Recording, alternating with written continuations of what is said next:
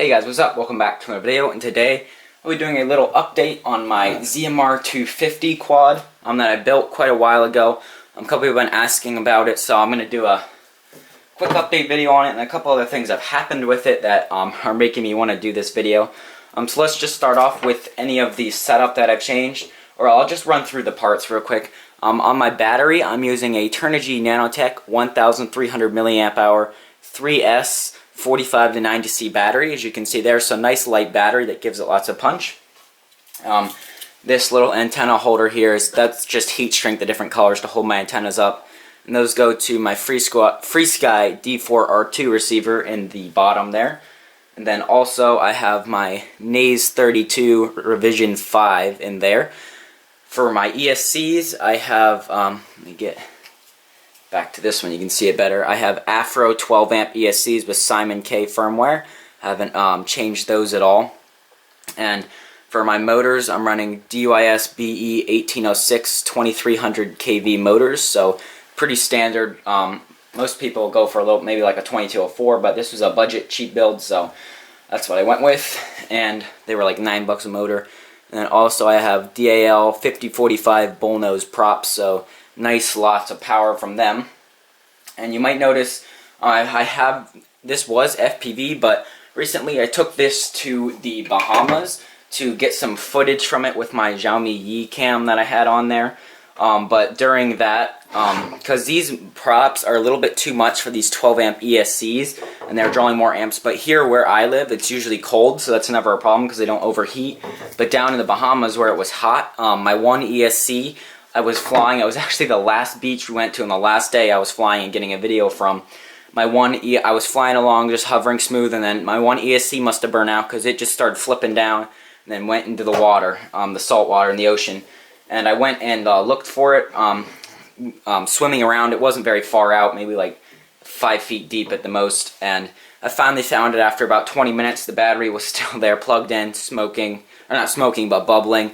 And then I got it unplugged, and it shocked me a few times. But the reason almost everything actually survived from that, even being after underwater. And I think the main reason for that was before I was running a power distribution board through the middle. And I think since the power, everything was connected to that, as soon as it went under, that fried and cut the power to everything else, saving everything else. So I think that's why it saved everything. And now obviously that one ESC that caused everything I had to replace, but I did have one spare that led for that.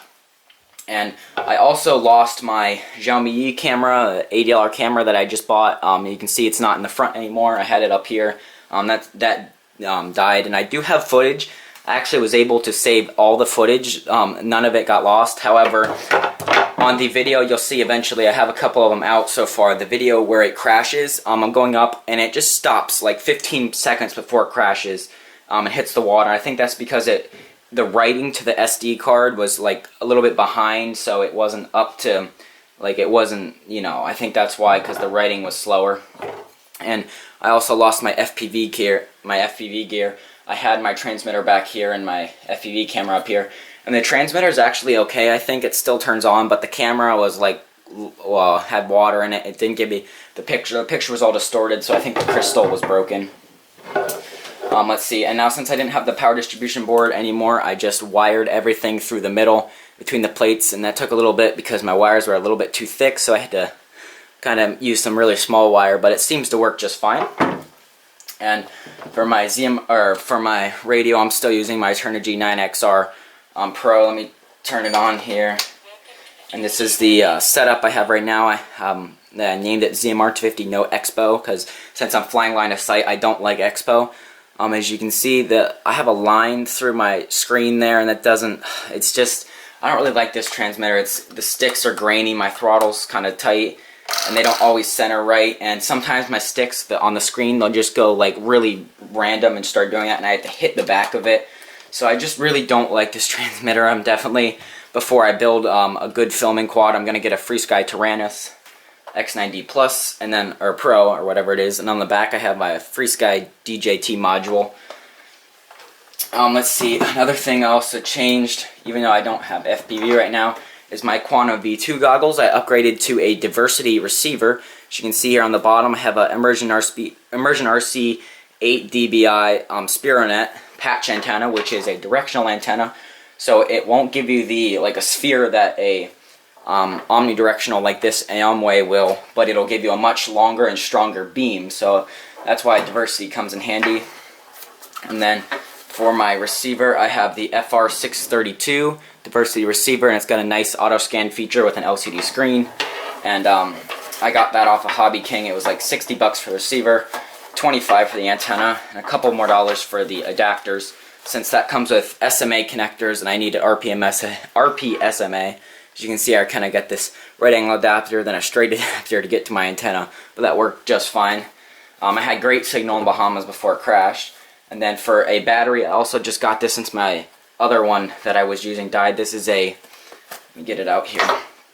I just bought this. I haven't actually used it yet, but it's a Zippy 1000 milliamp hour 25C. So that fits nicely in there, and I should get plenty of time, and it's an actual good LiPo compared to the one I was using earlier, so that I shouldn't have any problems with that. But yeah, oh, and another change I also had, I was running base flight on my Naze 32, but someone called RC Photography, you may know him on YouTube or Instagram, he helped me out with that. He helped me get beta flight flashed on there. So I was editing stuff in clean flight. Now I got that, and it does fly a little bit different. I do like air mode, a couple other features it has, but I set that up on my 9XR. It was quite a headache to eventually get it, but I eventually got it, and now it flies pretty good. I mean, I don't really notice too much difference, but I would probably notice a lot more once I get back to FPV. And in case you're wondering, I do have more FPV gear on the way. I got a $35 or $32 eSheen FPV kit that comes with the camera and the transmitter, which I'll be adding up front and in the back, just like before.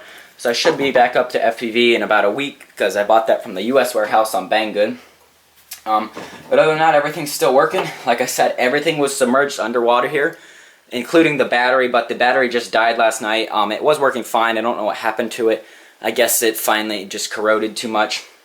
But everything, the receiver, the motors, the ESCs, besides the one that burned out, the board, everything was underwater for 20 minutes in the salt water in the ocean, and it still works. So I managed to, oh, and I did spray it really hard when I was down there with a freshwater hose, so I did clean everything out as best as I could, so that probably helped a little bit to keep the motors from rusting. So there we go. So now I'll do a little outdoor flight. Just some footage from my hat cam flying line of sight to show you just how it flies. I'll give you some flight footage, so let's go check that out. Okay, here we are. Got my quad plugged in and my radio bound and on. So let's flip my arm switch and see if we have power. Yep, so let's bring it up to a hover here. I am in self-leveling mode. And since I changed some settings on beta flight and added some TPA in, and also just tuned my PIDs a little bit more, it has gotten quite a bit quieter. You can see there. So let's do a full throttle punch here. It doesn't quite like to drop too much, but let's go here.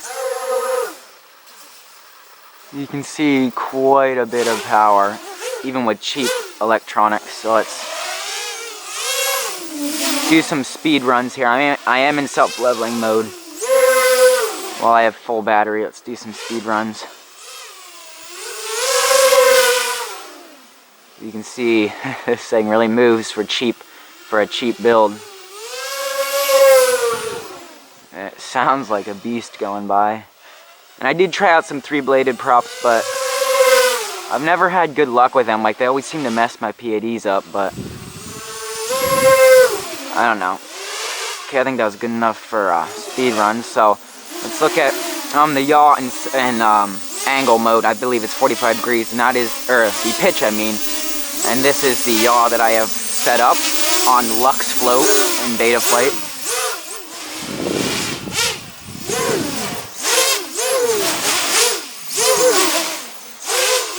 This is my favorite kind of flying here.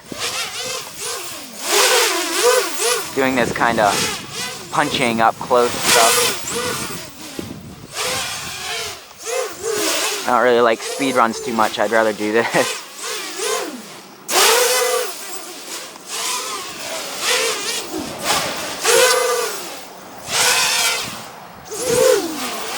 see.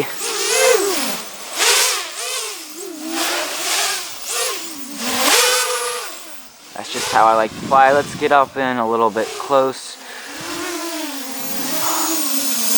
You can see in there a little bit while it's flying. Pretty clean wiring I did without the FPV gear. It's pretty clean in there. You can see under it. A lot of wind coming off those 50-45 bullnose props. Alright, let's put it into horizon mode, which is still self-leveling, but it will flip if you go give self-input. Let's do some flips.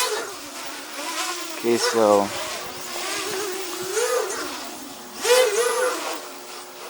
I think that was a triple. Maybe a quad 4, I don't know. Let's do them up close, and I'll try and do a little slow-mo section here.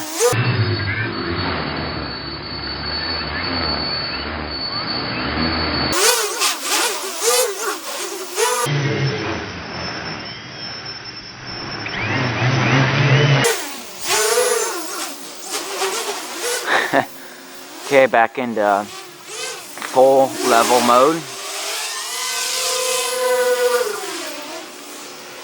And this definitely is a pretty good place to start for your first build if you just want to zoom around your yard.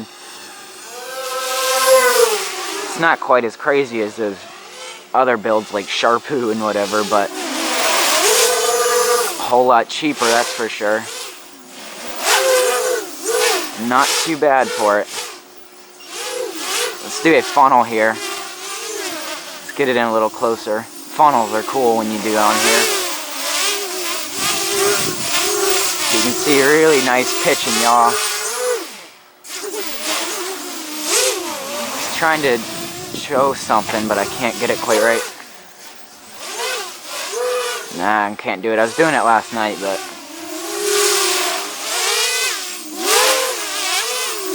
and just in case you're wondering, I have my LiPo buzzer on the top that's now beeping, set to 3.4 volts, so I think that's good enough. And it's really cold out, so I'd probably get her only around 5 minutes flight time. So there we go. Let me unplug my buzzer and disarm it. So there we go. That's a quick little update on my ZMR250.